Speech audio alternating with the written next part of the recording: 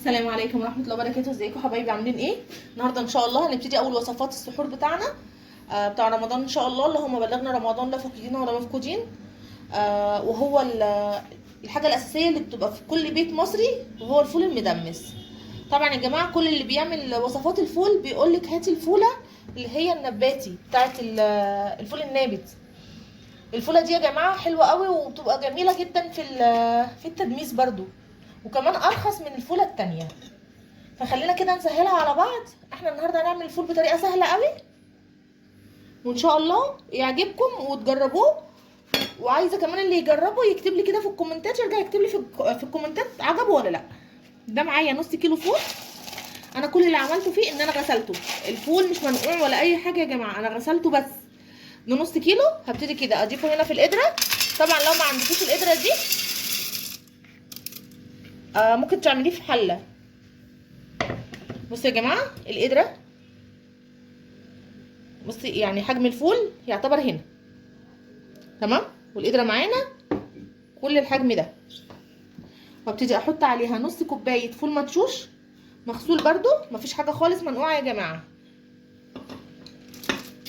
الفول المدشوش ده الايه يا حبايبي؟ ده اللي بيعمل له الميه اللي هي التقيله دي. ونص كوبايه عدس اصفر.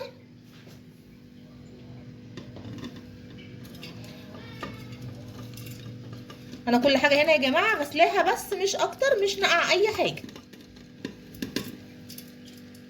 هضيفها كده على الفول وابتدي احط معلقه كركم كبيره وليمونه. الليمونه دي سليمه، مش هنقطعها خالص، مش هنقطعها خالص.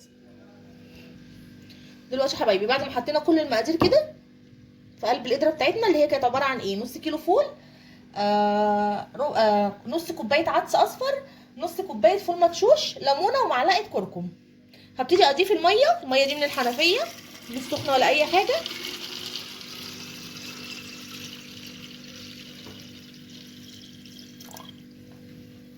انا كده لسه هضيف ميه كمان.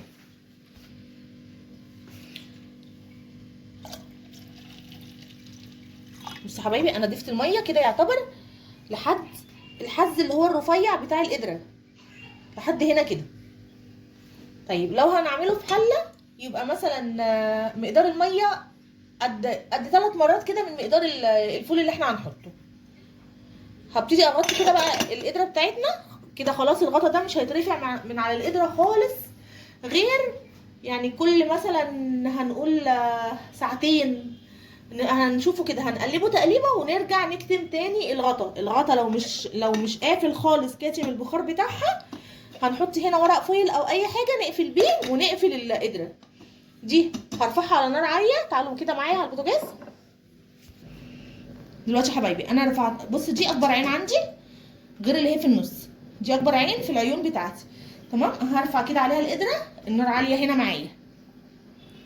اول ما يبتدي الفول يغلي هروح واخداها على طول على العين بتاعه القهوه اللي هي اصغر عين، وهوطي النار خالص زي الشمعة. طبعا اول ما يغلي هوريهولكوا برضك وهوريكم هنعمل ايه بالظبط.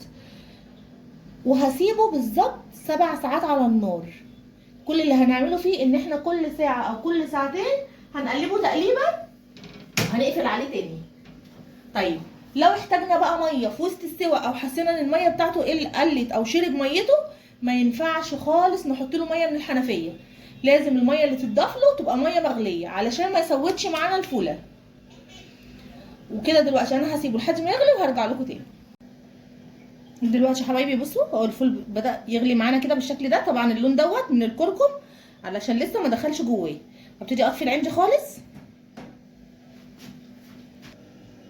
وهنا يا حبايبي انا فتحت اصغر عين وهبتدي اوطيها خالص كاني بعمل قهوه بالشكل ده كده. وابتدي انقل عليها الفول بتاعنا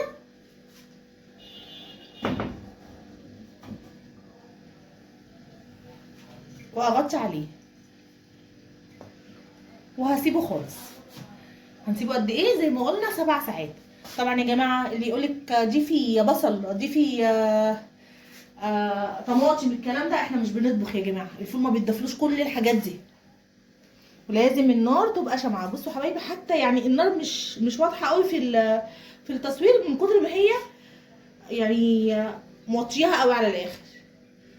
دلوقتي انا كده كل لما هبتدي اقلب فيه هصوره لكم وانا بقلبه واوريكم شكله وصل لحد فين. دلوقتي حبايبي بعد مرور ساعتين وتلت تقريبا، بس هكشف بس كده على الفول بتاعنا وابتدي اقلبه تقليبه. بس يا جماعه انا عايزه اوريكم حاجه بس، الليمونه سليمه زي ما هي، انا ما بحاولش افتح الليمونه لان يعني بنتخلص منها بعد ما الفول بيستوي خالص. الليمونه دي بتحافظ على لون الفول ان هو ما يغمقش. وهقفل عليها وهسيبها. دلوقتي حبايبي بعد ما الفول عدى عليه ال7 ساعات اللهم بارك مستوي جدا. تعالوا دلوقتي نشوفه مع بعض ونشوف هنعمل معاه ايه.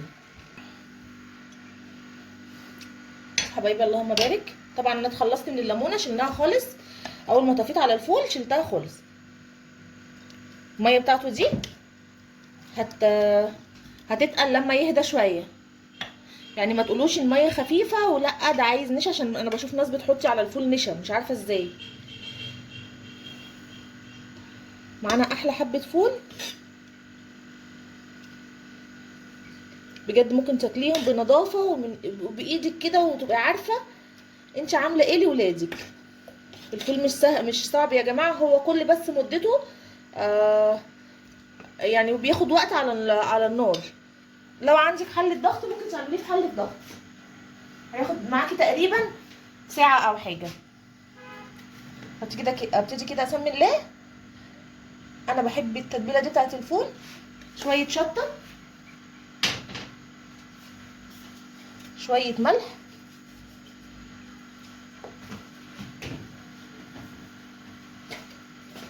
ومعلقه سمنه بلدي،